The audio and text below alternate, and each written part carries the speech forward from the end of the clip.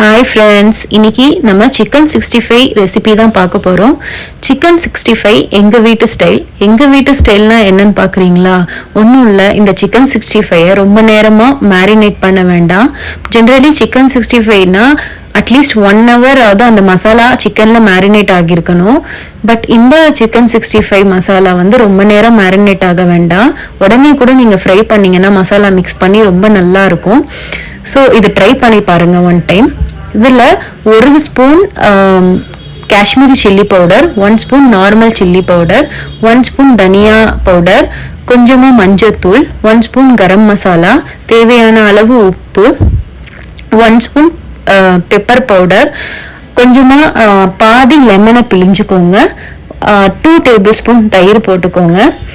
அப்புறம் எக்ஸ்ட்ராவாக இந்த டொமேட்டோ சாஸ் 1 ஸ்பூன் அதில் ஆட் பண்ணிக்கோங்க. டொமேட்டோ சாஸ் எதுக்குன்னா சாப்பிடும்போது கொஞ்சம் இனிப்பாக இருக்கும், கொஞ்சம் புளிப்பாக இருக்கும். ஸோ டேஸ்ட் ரொம்ப நல்லா இருக்கும். ட்ரை பண்ணி பாருங்கள் ஒரு தடவை. So tomato sauce 2 tablespoon add பண்ணிவிட்டு நல்லா அந்த மிக்ஸ் பண்ணிக்கோங்க. நல்லா பேட்டர் மாதிரி நல்லா மிக்ஸ் பண்ணிக்கோங்க மசாலாவை.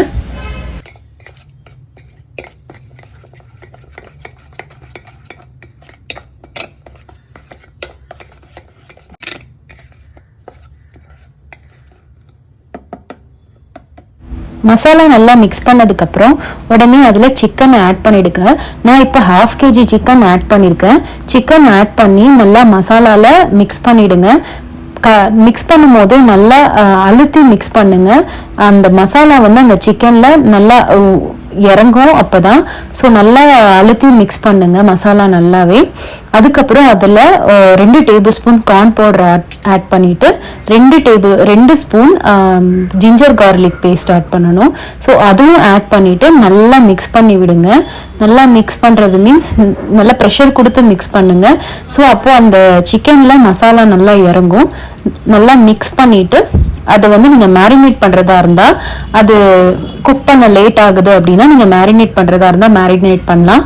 இல்லை நீங்கள் உடனே குக் பண்ணணும், எனக்கு இமீடியேட்டாக வேணும்னா நீங்கள் இமீடியேட்டாக கூட அதை குக் பண்ணி சிக்கன் மசாலா நல்லா மிக்ஸ் ஆனதுக்கப்புறம் ஆயில் பேனில் ஊற்றிட்டு ஆயில் கொஞ்சம் ஹீட் ஆனதுக்கப்புறம் அதில் ஒரு பீசஸாக சிக்கன் ஆட் பண்ணி நல்லா ஃப்ரை பண்ணுங்கள். ஆக்சுவலி இதில் என்னென்னா ஆயில் நல்லா ஹீட்டில் இருக்கும் போதே எல்லா சிக்கனையும் ஃப்ரை பண்ணாதீங்க.